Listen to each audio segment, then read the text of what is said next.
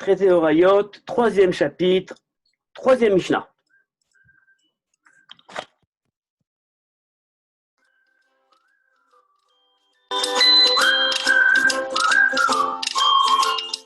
Eh bien, la troisième Mishnah va continuer en fait les analyses des deux Mishnahot précédentes. La première Mishnah du chapitre s'était intéressée à la faute qui avait été effectuée par le Kohen ou par le roi et dans le cadre de leur cadence, de leur fonction officielle. La deuxième Mishnah, eh bien, s'était intéressée à la faute effectuée par nos deux personnages après leur cadence. Et maintenant, la troisième Mishnah va s'intéresser à la faute qui a été effectuée avant leur cadence. Et en fait, vous voyez, on a plus ou moins une analyse du avant, pendant et après, qui nous permet d'analyser en fait, et d'une part, le statut de la personne dont on parle. Donc, comme je l'ai expliqué hier, est-ce une fonction ou une vocation? Mais également, nous permet également de comprendre la part de responsabilité et de culpabilité qu'une personne va avoir, même si, puisqu'on le sait dans ces Mishnayot-là, on parle d'une faute qui a été opérée d'une façon involontaire, c'est-à-dire des shogeg. Lisons la Mishnah. Chat'u ad shelo nitmanu ve'achar kach nitmanu. Donc, le cas, comme je l'ai dit, les deux, ou le roi ou le Kohen, ou un, par l'huile d'onction, ont fauté par inadvertance et ils n'ont pas encore eu le temps d'amener leur korban. Et puis alors, ils ont été nommés à leur fonction. Et donc, quel est leur statut? Va-t-on les considérer comme des personnes qui maintenant sont des personnes, je dirais publiques, avec une fonction publique, ou alors, eh bien, ils sont considérés comme des personnes qui étaient des personnes du peuple, des Kidam, qui étaient en fait donc dans un monde et dans une constellation qui n'était pas engageante pour eux au niveau de leur poste. Eh bien, la Mishnah nous dit Are Elu Kehediot. Et voici, ben, ils sont considérés comme toute personne, parce que le principe qu'on avait donc déjà vu auparavant, on va considérer l'heure et le moment de la faute. Donc, puisqu'au moment de la faute, ils ne portaient pas ses responsabilités, eh bien, même si ensuite ils ont été nommés, eh bien, on va quand même considérer que leur expiation, eh bien, doit être liée au moment où ils ont fauté. Reprenons l'exemple qu'on a essayé de dire hier. Supposons un Premier ministre qui a eu une erreur par inadvertance, et puis ensuite a été nommé Premier ministre. Faut-il lui incomber une punition ou une expiation sur la base du fait qu'il est Premier ministre, ou alors ce sont des fautes anciennes et il doit les faire non pas en tant que Premier ministre, mais en tant que Kidam, c'est-à-dire la faute devient-elle, s'amplifie-t-elle par le fait que ce soit Premier ministre, et donc on dit, ben, on ne peut pas avoir un Premier ministre qui a fauté auparavant, on ne peut pas avoir un rabbin qui a fauté auparavant. Et nous, on ne le savait pas, et même lui, en réalité, même lui, il ne le savait pas, parce que c'était par inadvertance. Eh bien, la Mishnah nous dit, Are Elu Kehediot, ils sont à considérer comme des personnes du peuple. Donc ça, c'est la première partie de la Mishnah, qui considère donc Sha'at Achet, le moment de la faute. Rabbi Shimon n'est pas d'accord. Rabbi Shimon Omer, Im noda lahem ad shelo nitmanu chayavin ou mishenitmanu peturin. Rabbi Shimon va introduire ici une autre donnée qui n'est pas uniquement le moment où la faute a été commise, mais la connaissance et la conscience de la faute.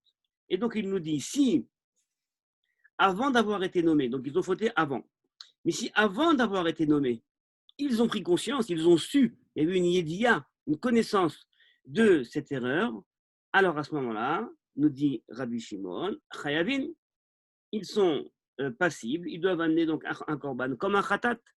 Mais si par contre, dès lors qu'ils ont été nommés, eh bien c'est à ce moment-là qu'ils ont su la chose, eh bien ils sont exemptés de tout korban. Analysons un peu la situation. Rabbi Shimon nous dit une chose très intéressante. Une personne a fauté par inadvertance. Et puis alors,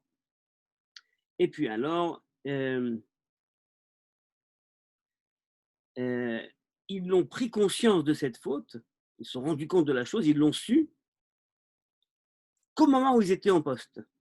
Aujourd'hui, on aurait pu dire, eh ben, c'est les journalistes qui sont venus, parce que toute personne qui devient public, eh bien, on met sur lui eh, des, euh, des zooms. Eh bien, et ça c'est su, et eux-mêmes, après, ils ont pris conscience, ou alors ils ont pris conscience tout seuls, et mais ils sont déjà en poste. Alors, Rabbi Shimon nous dit, eh bien, il faut introduire la dimension de la connaissance. Parce que selon Rabbi Shimon, c'est vrai qu'on va aller selon le moment où la faute a été établie, a été opérée, mais pas uniquement. Il faut également qu'il y ait la connaissance de la faute, c'est-à-dire une conscience de la faute. Et donc, c'est la raison pour laquelle, pour Rabbi Shimon, dès lors qu'ils ont pris leur nouvelle fonction, eh bien, ils sont entièrement pétourim.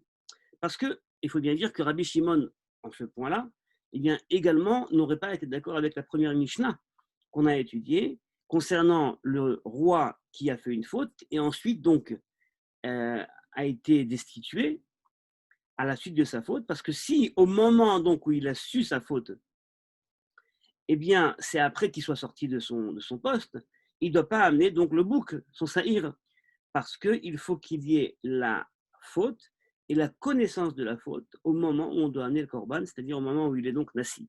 Et donc c'est très intéressant de comparer donc cette Mishnah et cet avis de Rabbi Shimon donc avec l'avis du Tanakama, donc du premier enseignement de la Mishnah.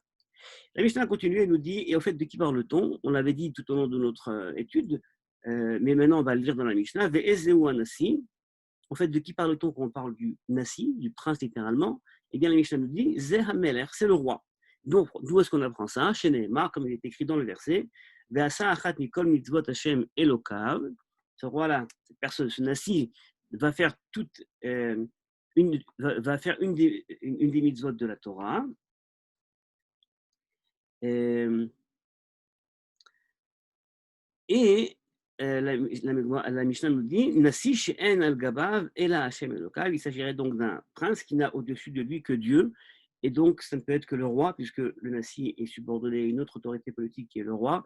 Et donc, or là, on parle de quelqu'un qui n'a que l'autorité de Dieu au-dessus de lui. Et c'est la raison pour laquelle donc, on parle du roi. Très intéressant également cette définition du Nasi et du roi. Le roi n'a que Dieu au-dessus de lui. Alors, est-ce qu'on est en pensée démocratique? En pensée démocratique, le roi n'est pas un dictateur. Le roi a le peuple au-dessus de lui. Il n'a pas que Dieu.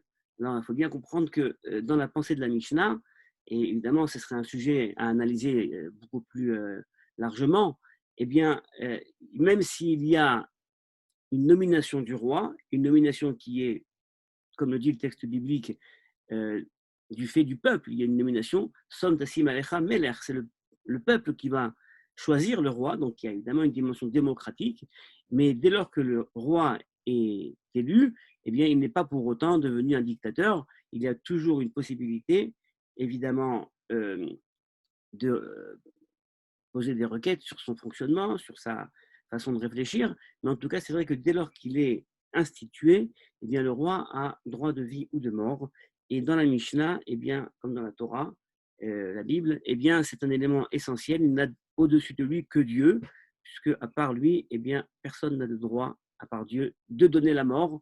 Voilà pour notre troisième Mishnah. Nous continuerons demain, si Dieu veut, avec la quatrième Mishnah de notre traité, et nous approchons à petits pas vers la fin du traité. Bonne journée.